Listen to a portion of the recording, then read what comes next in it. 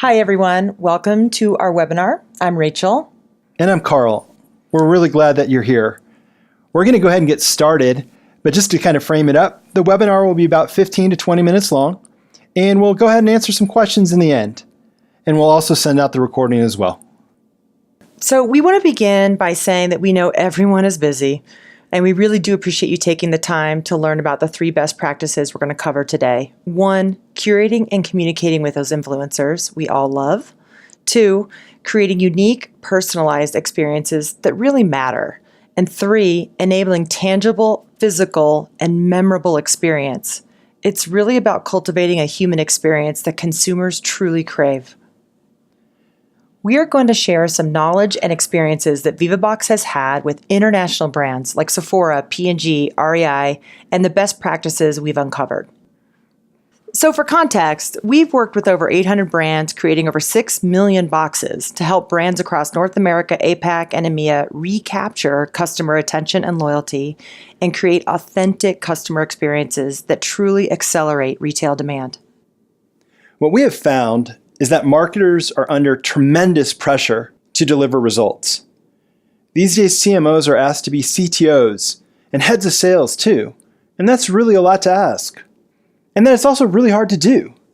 The speed and pressure of the marketplace is just brutal. There's a good friend of mine that's a CMO, and he recently told me, I'm reading all the right stuff, I'm doing all the right things, I'm following the data, but I just don't think we're getting there. I believe that's probably a common experience for a lot of CMOs out there. It seems that in this world, there are really 2 options. You can either hide in your turtle shell or shake up the snow globe and see marketing as an opportunity to show creativity. And also marketing as a new way to look at data, to use data. Because as the world sits today, data is everywhere. And how data is being interpreted now is really incomplete. There's a lack of humanity to it. Data for data's sake lacks that element, that humanity that brands need to have, that brands need to curate. And that's actually where loyalty comes from. Loyalty comes from humanity. So in the marketplace right now, there's a real rut, a real tension, a crossroads between data and humanity. So this best practice is curate and communicate with your influencers. Man, I know that sounds simple, but let me share a recent business situation that came up. We had a large retailer reach out to us saying, man, we're only getting 30% of the influencers to post great content, and we were hoping for closer to 100%. Everyone's hoping for 100%. So we dug in and we really broke it down and started by asking if they had told the influencers they were getting anything or if they had force shipped. And it turns out in this case, they had force shipped. It doesn't mean don't ever do it. It just means it's a much harder way to engage influencers because they hadn't created a relationship. And influencer marketing is all about that relationship. So instead, they shipped a box and it showed up and it was just the same as a consumer would have gotten because they shipped from their e-commerce store. And so it didn't make an influencer feel special. And really, when you think about influencers, think about them as their own media organization, and they really want the respect for the audience that they've built. And so, get influencers into your brand moment as quickly as possible. And that's all about curation. Yes, it's an overused word, and even though I use it all the time, I know that. But try thinking about it almost more like a film.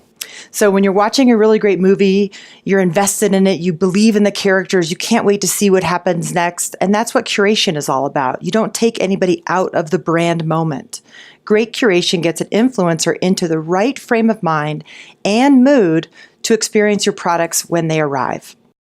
Okay, so to reiterate, a great best practice is to curate and communicate with your influencers.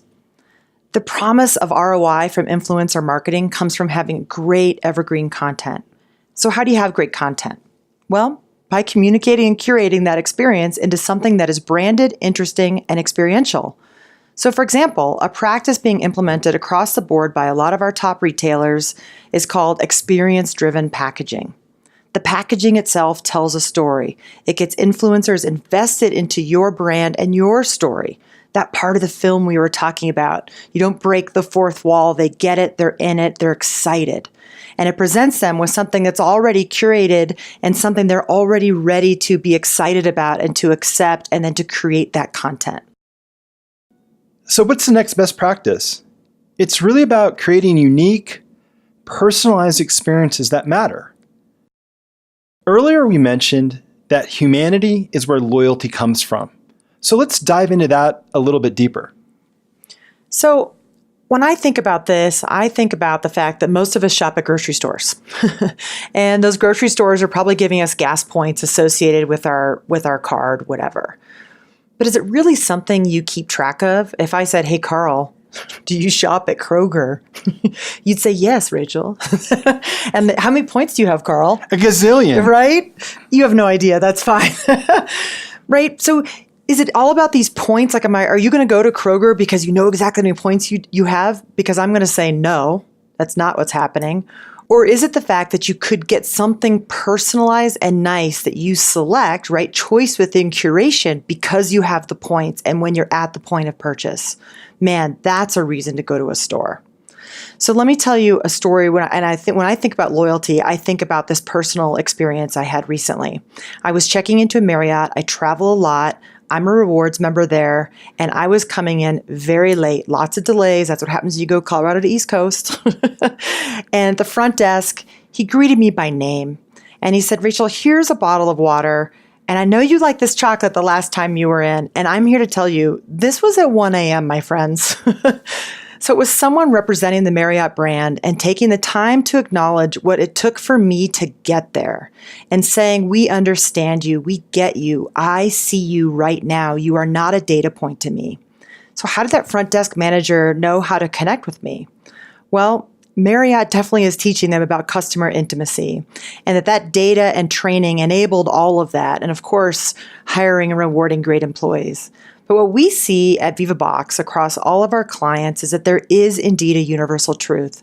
And that is, as a human, as a consumer, we want to be acknowledged and to be understood.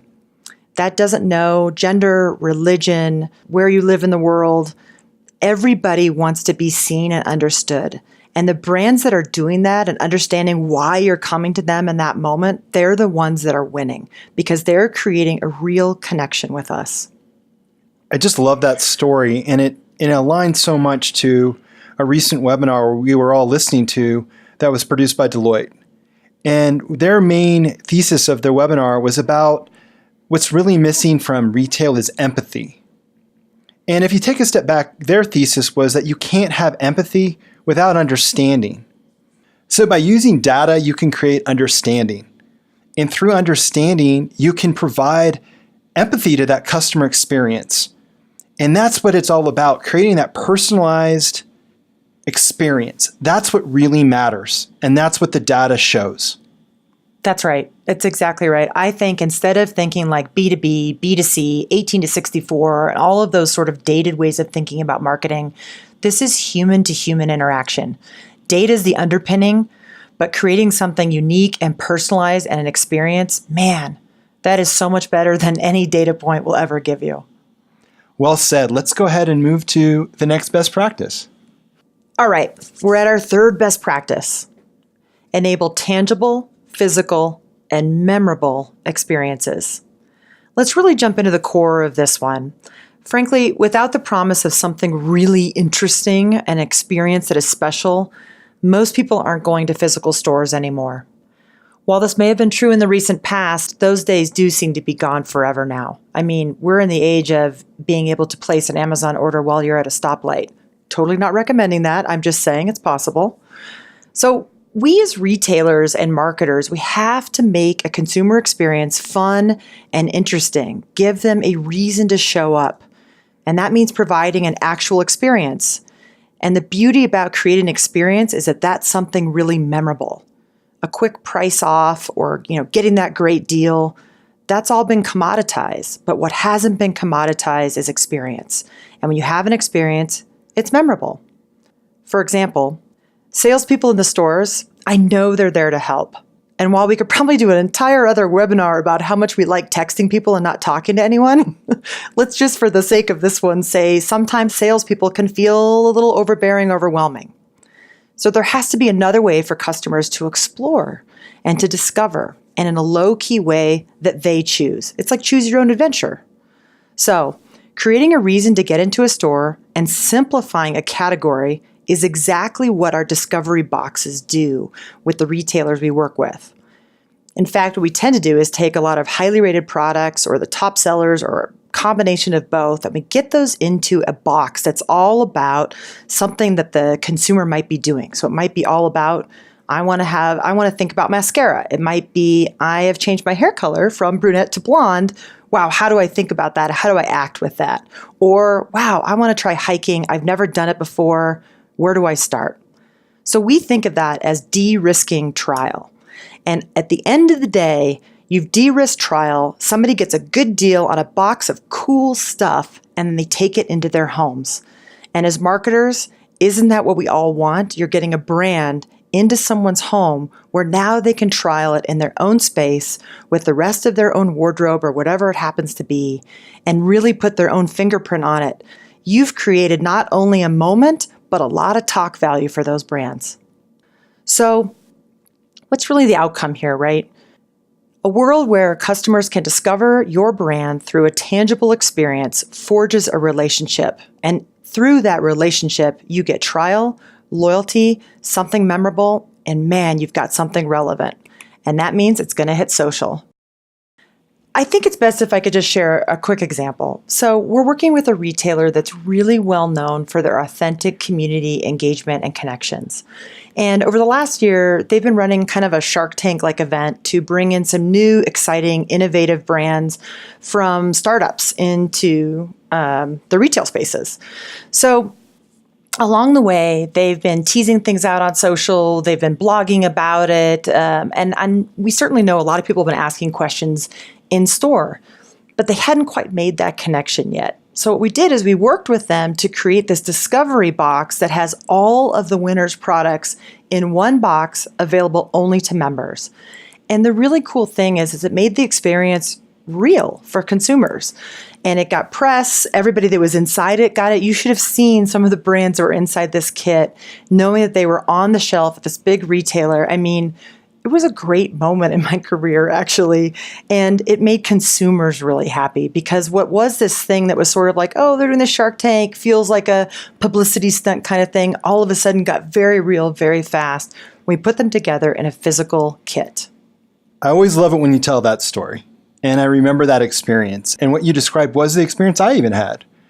What always intrigues me is that at the end of the day, we do spend a ton of our time in the digital world. We can't argue that fact. But there's still this base connection with the physical, with connecting with people and brands and showing up and being able to touch and feel and interact. And so whether that experience comes through a store or a special event or a pop-up, it's really critical. And it's super critical for any brand. And I think that's a great story tying that all together. I have this quote from Pico Iyer I heard quite a while ago, but it was this idea that we're analog beings living at the speed of light. And so we're in this very fast digital world. I'm not out to change any of that, but I think it is in recognizing that analog nature that wants something physical and something real. And we know that it works. So if you go back to the other side of the equation of as marketers, as retailers and brands, what are we looking for? Well, we know that people that go home with one of these boxes are 3 times more likely to post about that experience on social media. And when they return to the store, they will return more frequently than they would have before. And when they do, they spend more. So you're getting trial, you're getting loyalty, and you're getting an increased basket size. Yeah, exactly. We have definitely covered a lot today. If I leave you with anything, it's this idea of you are marketing to humans. You aren't marketing to a data point. And so create human experiences, create something tangible, physical, unique, and communicate along the way. And now I believe we have some questions that are flying in. And remember, Carl, I'm an analog human being, so I don't know what's happening on the Twitters right now. What do you have? All right. So the first question, it is, we do influencer kits, but haven't found the success we wanted. We want to elevate the experience, but is there a way to do that ourselves? Oh, sure. Okay. So that's a great question. We get something along those lines quite often. And really, how do you optimize results or really get more success with your influencers? And I'll tell you, it's actually where you start from. So how are you finding and managing your influencers? We do not sell or offer software for this, but there are plenty of people out there that do that. I would say a big step is to get out of your spreadsheet and probably start using software. Avoid FTC fines. Make sure you're getting them paid on time, all the kind of good stuff that software can handle. But the second thing is to know that it's not really one shot. It's not like buying media space. So I think of influencers as you are, in fact, sort of buying media, but you're doing it by creating authentic content and making that happen all along the way. And to do that, you really need a relationship with your influencers. So I would suggest some of the biggest clients we work with, they've got hundreds of influencers. And frankly, those have been culled down from thousands. If you're a smaller brand, think more about having, 8 to 12 of them. And then really respect them and bring them into the brand, bring them into the company, quote unquote. Maybe there's a Slack channel that your influencers are in.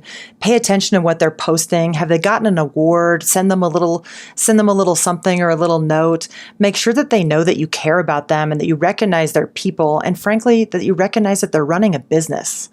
So yeah, I would say that it's that. Really help them feel like they're a valued part of your brand. Great.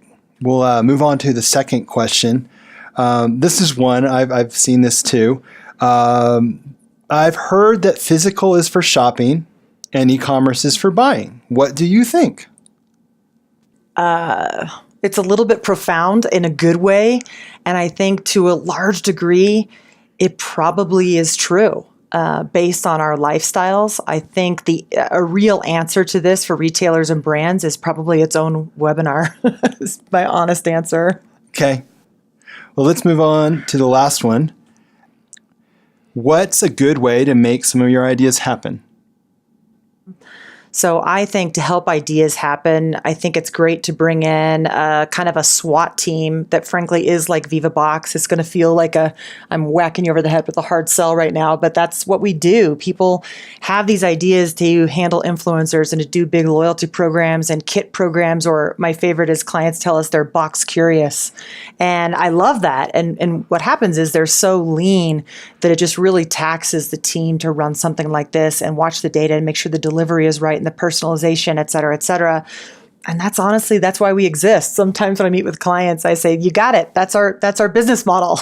We make these ideas happen. We bring them to life, truly. Oh, okay. Yeah. Wow. The giant clock on the wall there says we are totes out of time. And we wanted to keep these short because I'll tell you that Carl and I like them when they're short. So we wanted to deliver that for you today. So thank you very much. I'm always happy to be a resource, and definitely reach out if you'd like to talk about specifics for your brand or ideas or your situation. And I look forward to connecting with you guys at an event or online. Thanks again, everyone, for attending. We really appreciate it. Take care.